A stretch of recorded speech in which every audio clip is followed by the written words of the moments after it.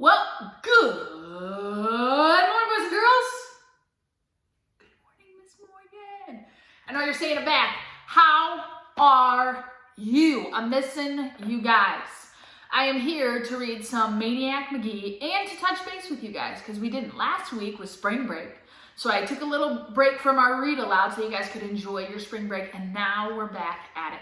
We should be in class together today, but we aren't. So I hope you're staying safe. I hope everybody's healthy and staying home and following the governor's order. I'm here to report, yes, school has been canceled for the remainder of the year, as of now. And all we know is everybody needs to stay home and everybody needs to be safe, and that's our first priority. So Northwest Schools is doing everything they can behind the scenes to figure out how we're going to move forward with this and how we're still going to connect with you guys and finish out our year. I know it's a big, big bummer. I'm sad about it. I'm sad we won't get back together and that we don't get to go to 5th grade camp and all of the fun things we had at the end of the year, but it's not over, right? Life isn't over. We look at the positives. If the positives are that we're safe and we're healthy, and I know you guys are still chipping away at things at home. I hope that you are checking out Epic and doing books and math facts. Make sure you're doing your math facts. I'll continue to check in with you guys. We'll do another Zoom again, either this week or next week, so I can kind of let you guys know what we're going to do moving forward, see if we can get more of you guys on Zoom. So wanted to touch base, wanted to check in, and I wanted to do a read aloud today because we're very close, and I'd like to finish it so that you can take the quiz on it. So I got my iced coffee this morning. Clink, cheers. So the last thing we read in Maniac, Magee, we ended off on chapter 34, okay? And the last thing we read was Maniac was in a really bad place. Grayson had passed away. Maniac was in a really bad place, and then he heard these, when he was really in a horrible place, heard these two kind of little boys where he was at and kind of befriended them and promised them if they didn't go to Mexico, they could have this pizza at Cobble's Corner. And so he took them back. They were eating pizza, and he doesn't know who these two little crazy kids are. And then who walked in? John McNabb. Now remember, Maniac and John McNabb kind of butted heads at the beginning of the book. John McNabb was the crazy baseball pitcher, and Maniac kept hitting his pitches, and he did not like that, showed him up. So John McNabb and Maniac are kind of enemies, and walks in. I'll read you the last little bit. It says, for the first time, Giant John looked straight at Maniac, a smile crossed his face. Well, the frog man, the smile vanished.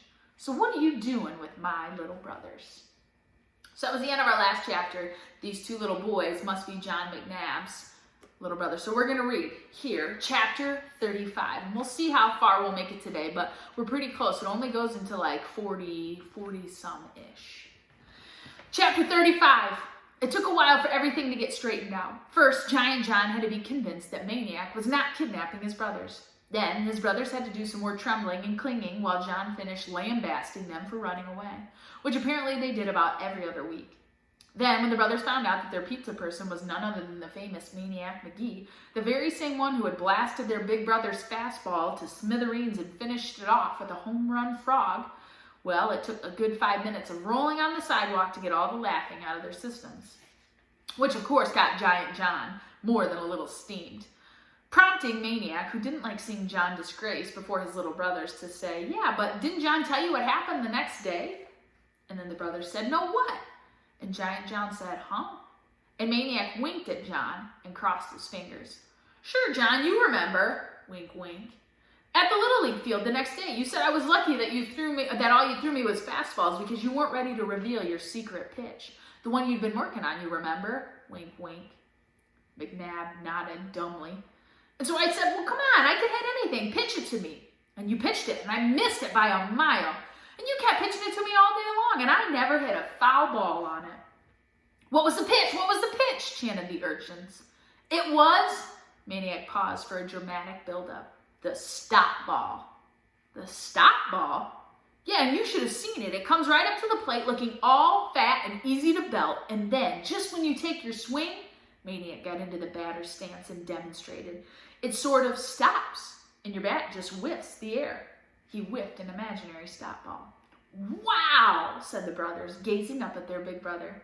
And so Maniac was invited to accompany the brothers McNabb to their home. He was lying for John, so he wasn't embarrassed in front of his little brothers. Despite the cold, the front door was wide open, and Maniac could smell the inside before he could see it. The first thing he did see was a yellow, short-haired mongrel looking innocently up at him while taking a leak in the middle of the living room floor. Yuck. Clean that up, John ordered Russell. Clean that up, Russell ordered Piper. Piper just walked on by it. After closing the front door, which was surprisingly heavy, Maniac found a stack of newspapers in the corner. He laid some over the puddle to soak in, then gave himself a tour of the downstairs. Maniac had seen some amazing things in his lifetime, but nothing as amazing as that house. From the smell of it, he knew this wasn't the first time an animal had relieved itself on the rugless floor. In fact, in another corner, he spotted a form of relief that could not be soaked up by newspapers. Cans and bottles lay all over, along with crusts, peelings, cores, scrapes, rins, wrappers, everything you would normally find in a garbage can. And everywhere there were raisins. And as he walked through the dining room, something, an old tennis ball, hit him on the top of the head and bounced away. He looked up into the laughing faces of Russell and Piper. The hole in the ceiling was so big they both could have jumped through it at once. He ran his hand along one wall, then feeling paint come off like cornflakes. Nothing could be worse than living in dining rooms, yet the kitchen was. A jar of peanut butter had crashed to the floor. Someone had gotten a running start, jumped into it, and skied a brown, one-footed track to the stove. On the table there appeared to be the remains of an autopsy performed on a large bird, possibly a crow. The refrigerator contained 2 food groups, mustard and beer. He spotted several of them. The raisins here were even more abundant. He spotted several of them moving. They weren't raisins, they were roaches. The front door opened, and seconds later a man clomped into the kitchen. He wore no winter jacket, only a sleeveless green sweatshirt which ballooned over his enormous stomach. Tattoos blued up his upper arms. His hands were nearly pure black. Stale body odor mingled with that of fries and burgers coming from the Burger King bag he held. Dropping the bag next to the bird remains, he bellowed, "Chow!" and took a beer from the fridge. He downed a good half of it in one swig, belched, double-clutched, and belched again. He had to know someone besides himself was standing in the kitchen, and, just as obviously, he didn't care. 2 floor-quaking crashes came from the dining room. "Geronimo! Geronimo!" Russell and Piper had taken the direct route via the hole. "What'd you bring, Dad? Whoppers? Yeah, Whoppers?" They tore the bag like jackals in a carry-on. Plastic flew, fries flew. They both wanted the same Whopper. Mashed between their tugging fists, the Whopper splurted sauce and cheese and pickle chips, and then it split. Russell lurched backwards into the kitchen and table with his half. Piper lurched backwards in the opposite direction. With nothing to stop him, sailed right through the cellar doorway and down the cellar steps. The final thud was followed by a truck horn blast of Piper's laugh. When Giant John ambled in, the father said, "Get the blocks?" "No," grunted John, pulling out a pair of Whoppers. He tossed one to Maniac. "We need more," growled the father. John didn't answer. "We need more. I heard." McNabb smashed the tabletop, and 3 fries and a bird wing jumped to the floor. "Now!" John walked out nonchalantly munching. "I was busy." The rest of the night was scenes from a loony movie. Scene: McNabb, the father, swaggers bare-armed out the front door, bellowing back, "Do your homework!" Scene: Maniac retrieves the wet newspapers from the living room, and there are no wastebaskets in the house. He finds a trash can in the backyard, and next to it a pile of cinder blocks. He dumps the soggy papers in the can, which is empty. Scene: small turds of an unfamiliar shape appear here and there along the baseboards of the first floor. "Please don't be rats," Maniac prays.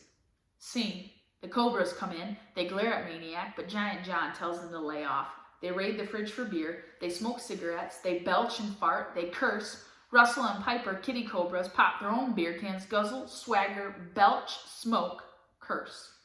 Scene: football game from the front of the living room to the back of the dining room. Except for space, it has everything a regular game has: running, passing, blocking, tackling, kicking. There's little furniture that gets in the way, and ordinarily the windows wouldn't last 5 minutes, but the windows of this house are boarded up with plywood. Body block cobras flying into the wall. The house flinches. Scene: a faint rustling noise behind the stove. "Oh no, rats!" Maniac dares to look, and it's a turtle, a box turtle, munching on old Whopper lettuce. Phew! Scene: the boys' bedroom, Russell and Piper lie prone at the hole. They fire toy submachine guns, tat-a-tat, tat-a-tat-tat-tat, at the cobras heading out the front door. Piper jumps up and blows Maniac away, killing him at least 15 times. This is how we're going to do it. Bam, bam, bam. The guns, be real, says Russell, still prone and firing, then the stock toy gun tight against his chest. Yeah, squawks Piper, real. He flops back to the floor, sprays the whole downstairs. Soon's they start coming in. Bang, bam, bam. Who, says Maniac. The enemy, says Russell. Who's that, says Maniac. Russell stops firing long enough to send Maniac a where have you been look. Who do you think, he sneers. He points out the red barrel of a submachine gun toward the bedroom door. Towards the east. The east end. The heavy front door. Scene. Darkness, silence, sometime early morning. Maniac lies between the two brothers on the bed. Do roaches climb bedposts? Unable to sleep, asking himself, what am I doing here? Remembering Hester and Lester on his lap, Grayson's hug, corn muffin in the toaster oven, thinking, who's the orphan here anyway? Hearing, as he lowers himself into sleep's deep waters, a door slam, a slurred voice. Do your homework! Fearing, will I float? We will pause right there. That's the end of chapter 35. It sounds like the McNabs do not like the East End, so the black side of the town, and that's who the enemy is that they're preparing to fight. So I wonder if a fight is going to go down between the East End and the West End. So we shall see. We will pause right there. Chapter 36 tomorrow. Tune in. Don't forget. Okay? Go back and reread if you haven't. Refresh your brains. Miss you guys a lot. I love you guys a lot. Know that Miss Morgan is thinking about you. I am heartbroken about us not returning back to school, and that I really hope you guys are staying safe, staying healthy, chipping away, do something. Pinky promise, please pinky promise, Miss Morgan, that you will do something as in these next couple months, just like you would if we were in school. So work hard at that stuff, right? Definitely get outside and play, and there's time to relax and watch movies and play video games, but make sure you're doing something, chipping away at something, so you keep that brain sharp and fresh as you head into middle school, okay? Love you guys. Stay safe. Have a great day. Change lives. Go Mounties.